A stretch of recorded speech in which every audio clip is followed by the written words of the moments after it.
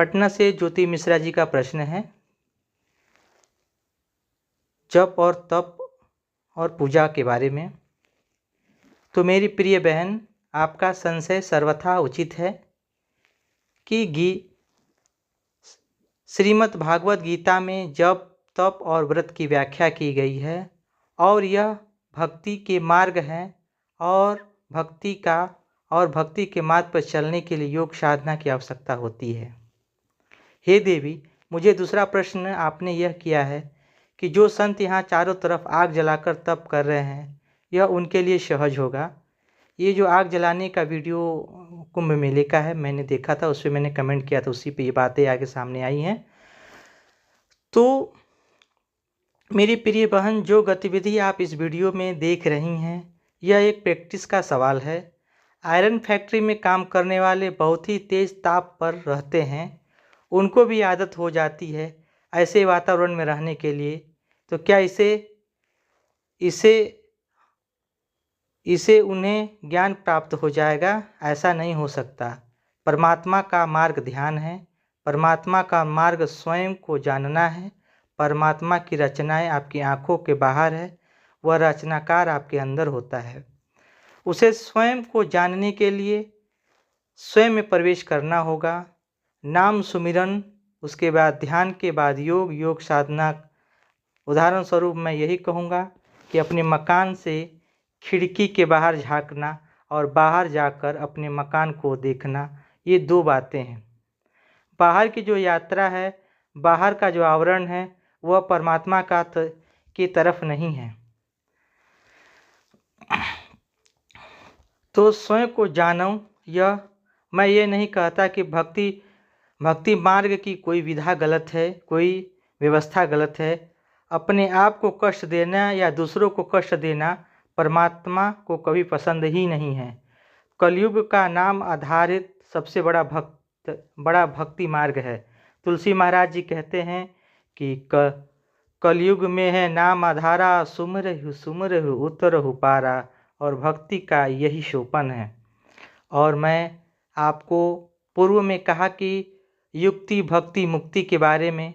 युक्ति उसे कहते हैं जब कोई तथाकथित बाबा या कोई तंत्र विद्या वाला किसी को भूत प्रेत, उल्फत, आबाद का कष्ट निवारण आदि डर दिखाकर उसे युक्ति बताते हैं और भक्ति और कर्म कांड करवाते हैं।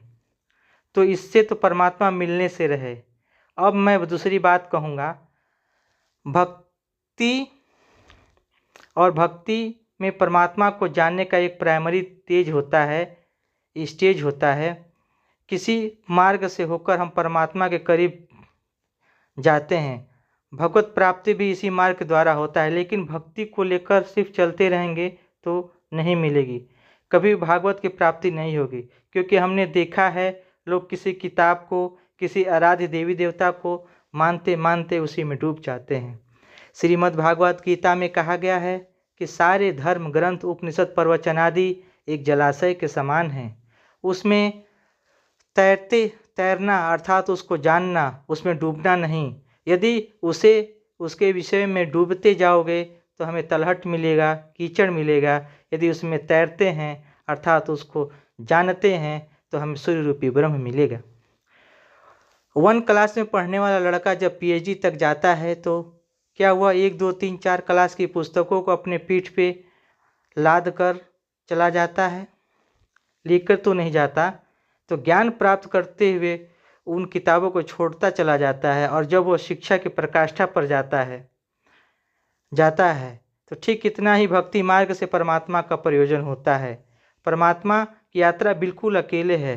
उसमें गुरु पथ प्रदर्शक हो सकता है, लेकिन वहाँ गुरु भी साथ नहीं होगा। वह मार्ग अकेले ही तय करना होता है। और गीता में लिखा है कि सर्वधर्मान्यं परित्यज्य मामेकं शरणं व्रज, अहं त्वां सर्व पापोभ्य मोक्षमास्मि मा शुचः। आप जरा ध्यान देंगे, भगवान श्री कृष्ण अर्जुन को तमाम योग, ध्यान, जप, तप सबका ज्ञान दे रहे हैं कि सर्वधर्मान्यं परित्यज्य मा। आखिर में क्यों? जरा सोचिए। दुनिया के सारे विद्वान, किताबें, कर्म करो, अधर्म मत करो, धर्म करो, अधर्म मत करो, पाप मत करो, पुण्य करो, सत्य बोलो, असत्य नहीं बोलो। लेकिन यहाँ भगवान कहते हैं कि सभी धर्म का त्याग कर मुझ में एक में शरण में पित हो जाओ, मेरे में शरणागत हो जाओ, मैं तुम्हें मोक्ष दे दूंगा। अर्थात मोक्ष का अर्थ मृत्यु नहीं होता है। मोक्ष का अर्थ होता है कि हमारा जन्म दोबारा न हो। मोक्ष का ये अर्थ यह होता है कि हम संसार में रहें परंतु संसार हम में न रहे। बहन, ये सब विस्तार की बातें हैं, ज़्यादा नहीं कह सकूँगा। जानना सबको है और भगवत प्राप्ति के लिए स्वयं की यात्रा करनी पड़ेगी। मुक्ति का मतलब होता है भय मुक्त हो जाना, एक निर्विचार की अवस्था में आ जाना, एक शून्य की अवस्था है। परमात्मा को से साक्षात्कार की आवश्यकता है, केवल सतगुरु ही बता सकते हैं। कोई सतगुरु ही इसको बता सकता है और इसके अलावा कोई बताने का काबिल नहीं है। तो मेरे प्रिय साथियों, मैं बस यही कहना चाहता हूँ कि चीज़ों को जितना आप जानेंगे, जितना उसमें प्रवेश करेंगे, उतना ही आपको ज्ञान मिलता जाएगा। और किसी विषय पर अटक मत जाना, किसी भक्ति पर अटक मत जाना। यात्रा इन्फिनिट है, अनंत है, उसको प्राप्त करना। धन्यवाद।